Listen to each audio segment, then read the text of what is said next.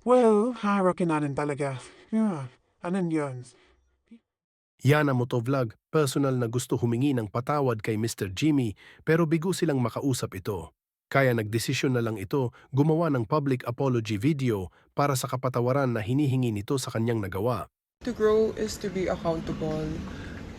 Earlier, di po namin naabutan si Kuya Jimmy Pascual sa bahay niya at sa work niya to personally apologize.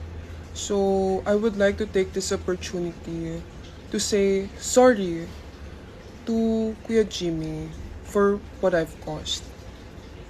And of course, as well as to those people who got dragged into the issue, sorry din po sa citizen of Zambales, the riding community, especially the off-road community.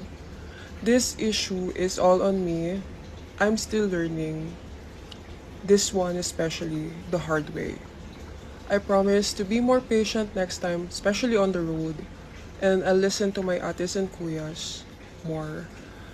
Na-feel ko na po yung mundong maraming galit and ayoko na pong maulit po yun. Again, sorry po at pasensya po ulit. Maraming salamat po.